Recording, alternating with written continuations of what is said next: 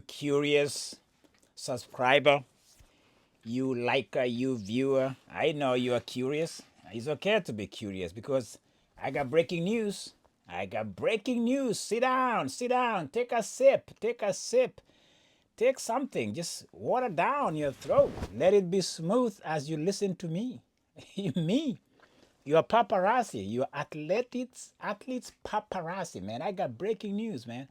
I know the last time you heard about um, Captain Faith Kipyegon, it's been a while. So you are like restless now, aren't you? I know you are because you don't know where she's at. The last time I talked to in my this channel, I told Beatrice Chebet, who are denied the final list of the athletes of the year. I told, hey, go to Malindi. Just go down there, enjoy yourself at the coast of Kenya, and just chill out because the world maybe is not ready for you guys. Just go chill out, get your feet wet, get them cool down, take a vacation. Uh-oh, Faith, Captain, decided, no, I like to be in the dry land. By the way, my people on the ground, my paparazzi crew sighted Captain Faith Kipyegon chasing a cheetah, literally chasing a cheetah on a bike. In those sites, man, those game reserves, man, she was sighted doing her thing with her family, her daughter, her husband. They were out there vacationing in the wild. It's good, man. It's good to take your hard-earned money.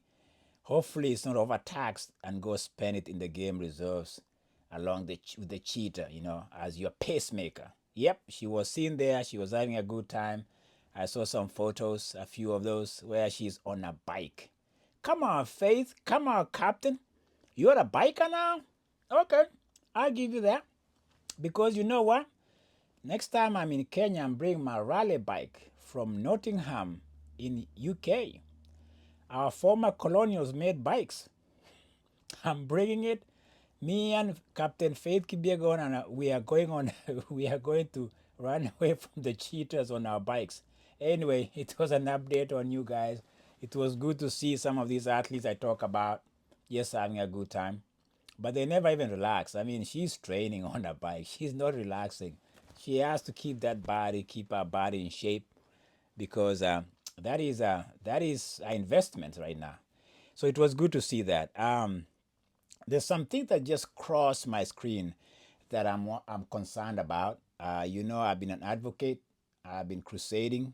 I've been pushing back on this purification of womanhood by the Eurocentric project that has been rolled out, and the new president Sebastian Coe seems to double down on that.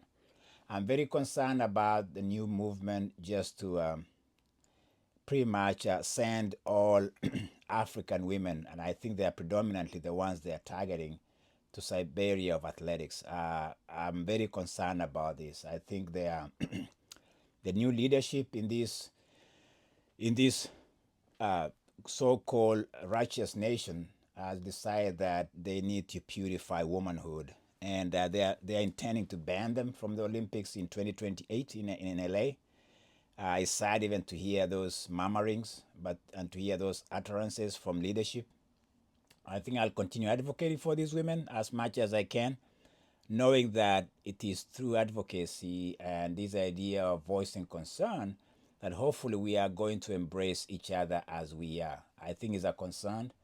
I think it's a cloud, it's a dark cloud hanging, and I wonder how these women, these people, these human beings are dealing with this kind of consolidation of powers at the top, because you have the IOC president Sebastian Coe just spewing his biasness on an interview I shared with you on my last episode, and now we have the new leadership going into the White House, and they are becoming what I call the women identifier. So they are the men who are going to identify the pure woman to be in the Olympics.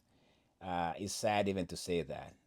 In other words, how did we get here? That's my question. So the question even I can throw out there that I'll delve into maybe next time is, to if you have interracial marriages, and most of the time the children are identified mostly, even if it's 1% or whatever, 2% of that component of blackness is black. It's never white. So white has to be pure. Black can be, mixed up somewhere and it's still black. Go figure who comes up with those mathematics. So, and now the fact that if you are not this woman that fits the Eurocentric identifying mark, you are a man. So this is where we are. The majority, the predominant, the Aryan nation is putting their flag again on the mountain of we're going to identify who is a woman and who is not. It's sad even to say these things in that context because this race, this purity is disturbing to me. It gives me chills. Anyway, you'll see that I'm passionate about this advocacy and this crusade, so to speak, crusade for justice for women and anybody on any gender, on any level, because they deserve a space in this universe. We can all get along. Can we all just get along? 1990s, some guy was saying, can we all just get along? Go find that clip.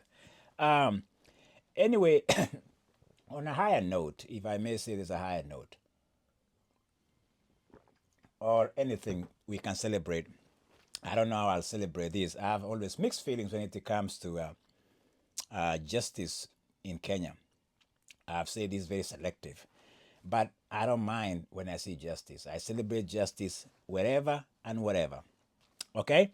So 3 individuals have been arrested. They were arraigned in court in Eldoret again to do with the murder of an athlete by the name of Samson Kandia. Allegedly, he was murdered early part of this last month. According to investigators, he was married in October, the night of October 3rd this year. The news haven't been flashing for me to even follow, but I think I had a little glimpse. Yeah, they were arraigned in court, and this is very fascinating. So 3 individuals, including his wife, Samson Kandia's wife, were arraigned in court in front of the same judge who prosecuted and convicted the guys who killed Benjamin Kiblaga, the steeplechaser, whom I shared with you the other day. Yeah, they were arraigned in court, and according to this case, the wife and 2 others allegedly they conspired to kill the marathon champion. She's a mother of 4. She stood alongside other accusers, Jemlik Kiptun Morigit and Vincent Gosoisei Kibrono at the courtroom. The prosecution says they have a very strong case. They say the evidence at hand implicates Mrs. Rotich, the wife, in a premeditated plan to eliminate her husband. And we intend, says the prosecutor, to prove this with due diligence. I celebrate this. I think apparently to me, and even shocking to me, is how even this prudency, there's this idea of focus to deliver justice to those who have died in the hands of alleged murderers in Kenya. And to come from Benjamin Kiblangat, now Samson Kandia, and to see this consolidation of effort within the justice system in Kenya to find justice to the families and all that is a day to celebrate. But I always have, but you know why? This is men who are killed. Yes, they should find justice for them. But where is justice for the women, if I may say, in this athletic world of Kenya? I'm talking of Agnes Tirop. I'm talking of Damaris Mutua. And others who have just the alleged killers. I've talked about Abraham Korir. He was in the same court, and nothing was put together. In other words, there was no push, there was no focus. So yes, I'm celebrating this. I'm following this case closely. I hope justice is found. Apparently, there was a murder in an Elgon View, in a very rich or affluent neighborhood in Eldoret in October. apparently shocked the neighborhood because it's a very kind of a gated community, very rich. In fact, as you come out of Eldoret, going towards Kapsabet, is on the left side, or if you are going into Eldoret down the central part of Eldoret's town is on the right side. I've been there. I had a friend who used to live down there.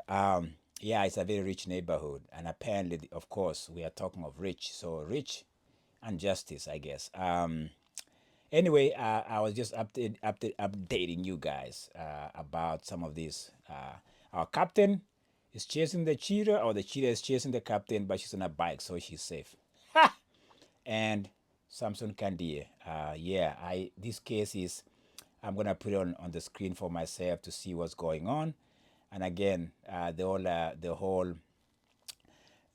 avalanche, or the whole twist, or the whole idea of gender identity within the context of Olympics and athletics is a subject that I'll keep running around with it and see how how it stands and how it looks. I hope this humanity will prevail and people will see that people don't cheat with their bodies. They don't. You can't. Let me see this. Let me ask you this. So, what choice did these people have in how they came to be? They have no choice. If you are born of a mixed race, for instance, your mother, I have children who are from a mother who is Caucasian, and most of the time they see them as black. They just say mixed, but mixed is only mixed, but the scale of blackness just goes up. You know who runs the math on that. But anyway, it was me. Just yeah, yeah, yeah.